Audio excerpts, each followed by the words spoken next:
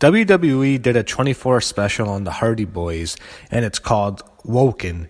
And I think this is really going to be more about their struggles rather than their rises. The Hardys have had multiple DVDs, multiple documentaries, so I've heard all about trampoline wrestling and how they grew up, they got into wrestling. I want to hear more about their struggles, and it's going to be really sad because they went through a lot. Man, I remember 6-7 years ago, I thought both of them were going to die. Especially Matt. We always knew Jeff had problems, but Matt was going crazy. I mean, I remember him even writing suicide stuff. So this is going to be very deep and very sad. So I'm looking forward to this 24, and I want to know more of what their struggles were rather than their actual wrestling careers, because that's been documented a million times, to be honest, with these two. So the intro was about their careers, but then, of course, it's about their personal demons. So I think this is what this documentary is going to be. So this is their rise right now, the Trampoline Wrestling Federation. Then they go to their early days in WWF, and those were awesome, First they were the Brood, that was okay, and then I liked when they had that classic ladder match with Edge and Christian at No Mercy 99, which was really the beginning of that was the first really big match between the two teams, and of course, or the three teams with the Dudleys involved. And they had the big tables match at the Royal Rumble 2000. That's a really underrated match. Easily the best tables match ever against the Dudleys. That was a great match. And, of course, the triangle ladder match at WrestleMania 2000. The only thing that was good on that whole WrestleMania, that was just an incredible match. So they kind of go through a montage. They kind of skip over to SummerSlam 2000, the first TLC, but then they show WrestleMania 17. Of course, the big spear from Edge to Jeff Hardy off the ladder. Who can forget that? That was probably their. I don't know. My personal favorite. I kind of still slightly prefer SummerSlam 2000, but the WrestleMania 17 was crazier. Of all those big TLC matches. So they're going to when Jeff Hardy left WWE in 2009, and they're showing him and Matt backstage. And I guess that was SmackDown. I don't know if that's when CM Punk took him out, because I heard the Undertaker's music in the background. So I don't know if Taker came out as a dark segment after that in that show. Yeah, I thought they're talking about, when Jeff left, Matt started having problems. Big Show's telling an embarrassing story when Matt passed out on his food and catering, and then Christian even says, you're going to die. That's how this is going to end. So this is really getting good. They talk about releasing Matt in October 2010. He was making all those crazy grape videos. I remember that stupid shit. Fuck, that was embarrassing for him. I remember him posting stuff that he's going to commit suicide. That was just getting really embarrassing.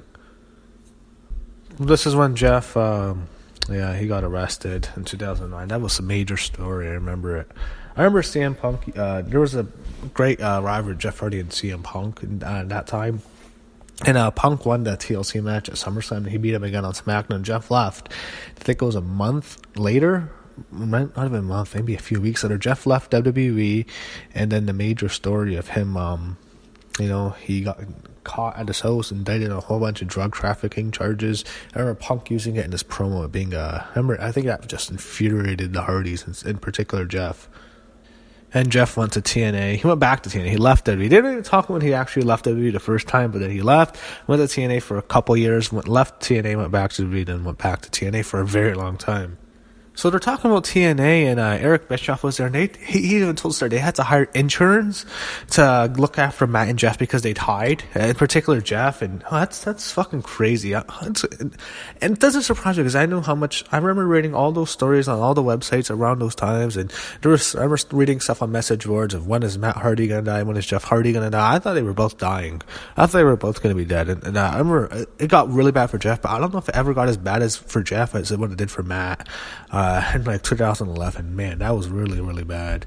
And Jeff's talking about that stupid video he made about CM Punk and how embarrassing it was, and that was just fucking, man, I was thinking to myself, these guys are a fucking disgrace. That's what I was thinking at that time.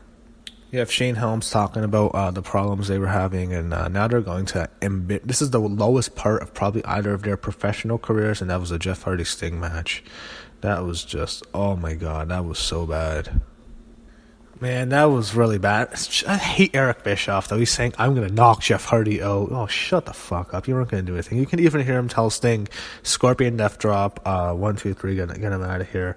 I think he even said Stinger Splash. Sting didn't do that. He just hit him with his finisher. And then, of course, infamously, when Sting's up the ramp and Jeff Hardy's just out of his mind, smashed. But Sting's up the ramp, fans yelling, bullshit, and then Sting says, I agree. Very, very memorable. After they go to that, now they're talking about Matt Hardy on, Twitter, and he's talking about suicide. That was just horrible. This is when things were just out of control. And he got DUIs, like, I think in the summer of 2011, five DUIs or something, and then he goes into rehab, and he gets kicked out because he's drunk, and then he goes back into rehab, and I think he had $1 million bond, and then Jeff has to do his sentence for the 2009 arrest. And this was really, I guess this is like when they hit rock bottom. I guess sometimes you have to hit rock bottom. This was their rock bottom for sure. So they're talking about how Matt changed, and he has 2 kids now with Rebby Hardy, and he said, she was on his ass and saved his life, and everything's changed. And Jeff's also a father. We don't see much from Jeff's wife in this documentary, Beth. We don't see much from her. I'm surprised she didn't want to be a part of it. He has 3 girls. I think Matt has boys. I don't know, 2 girls. I'm not sure, but they both have a lot of kids, and obviously, I think having kids completely changed them. They're talking about their mother, and Jeff Hardy, his daughter's name's Ruby, and he named it after his deceased mother. Their mom died in 1987, and I remember hearing that story. So, and then they're talking about how she really raised them well. They never did any, drugs, and they were probably lost early young. That's really sad. And they're going on and how she was a huge influence on their lives. Their father, I think, is still alive. It says she was born in 1939, so I think she had him probably in her 40s, and maybe mid 30s, late 40s. And so she died when they were really young. So this was really good, and when they kind of Matt created Broken Matt Hardy, which was really good.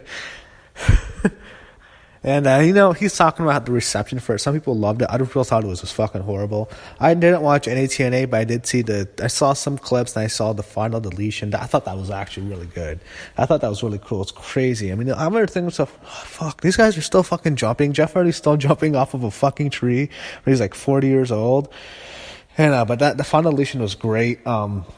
Had a huge hit. Everyone loved the Broken Matt Hardy character. And what's funny, it's 2 years later. I'm not too high on this. The Woken Matt Hardy's not working, and Jeff Hardy's just Jeff Hardy again. But when they were Broken Matt and Brother Nero, they were the hottest thing in wrestling in 2016. Around this time, before they returned to WWE at WrestleMania 33, they were probably the hottest thing in wrestling. It was just crazy. It was awesome. It was so unique, and a lot of people hated it at first, but then it became a cult following, and then it just became this huge popular thing when everyone loved the gimmick, and people would chant delete at WWE shows. Every day they'd always chant delete Roman. That was funny. But the whole Broken thing really changed Matt's career, and Jeff became Brother Nero. I think after he loses to Matt, he becomes Brother Nero. So then they go when they negotiate with WWE to come back at WrestleMania 33.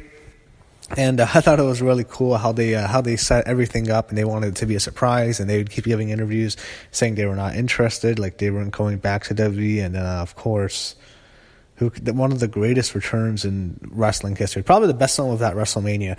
In that WrestleMania 33, when I look back on that show last year, I thought it was a better show than this year, to be honest. It had a lot more memorable parts to it, even though the match quality this year was better.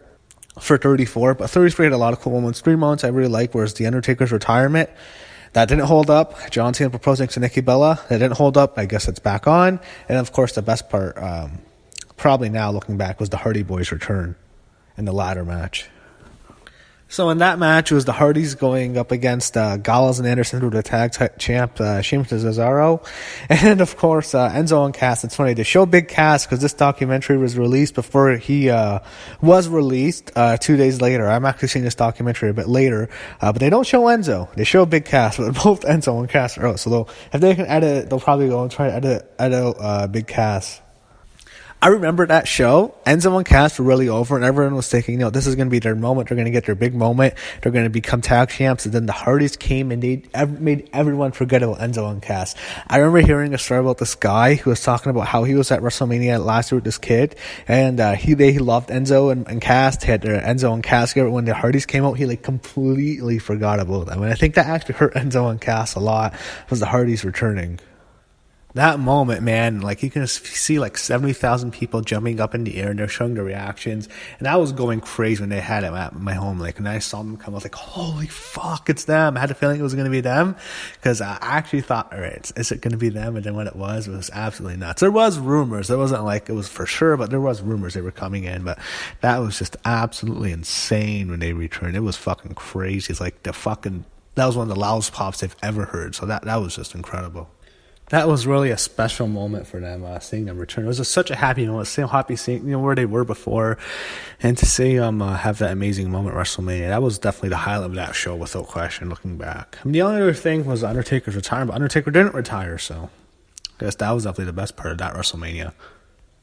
Now, so they go back to their return. Their return, I mean, they don't talk so much about the problems with TNA and the whole broken K-Mex. I think that really hurt their momentum because if they came back as the Broken Hardys, it would have hurt them. And, I think the whole problems with TNA was very public around that time. They really wanted that gimmick back. But Jeff tears his rotator cuff when he's hurt.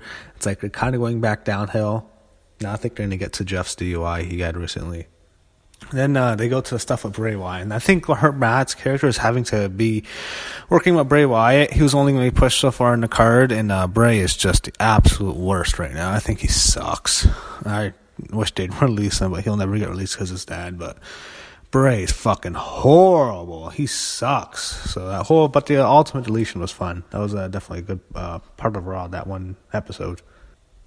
2 days after that, Jeff Hardy gets busted, DUI, just wow. I remember that, hearing that story, I was like, oh, this fucking guy, unbelievable. They talk about Jeff's DUI, and they go over it quickly. It's not a huge part of it. I remember Matt being furious. I remember Rebby Hardy would tweet, bad stuff about him, and they were absolutely furious with him. That was definitely real, but it's kind of like that last scare. It's like that last jump scare in the horror movie. I think everything's good, it's happily ever after, and there's like that last scare. But we'll see how Jeff Hardy handles it. He's still a U.S. champ right now. They're both champs. Jeff's the U.S. champ. Matt's the part of the tag champs. They show Matt Hardy at WrestleMania in Bourbon Street this year, doing the elite sign with the fans. So. They're showing the Andre Battle Royal from this year, man. That match actually going to hype this like this is a great match. That match was horrible. Then they show Matt winning the Battle Royal.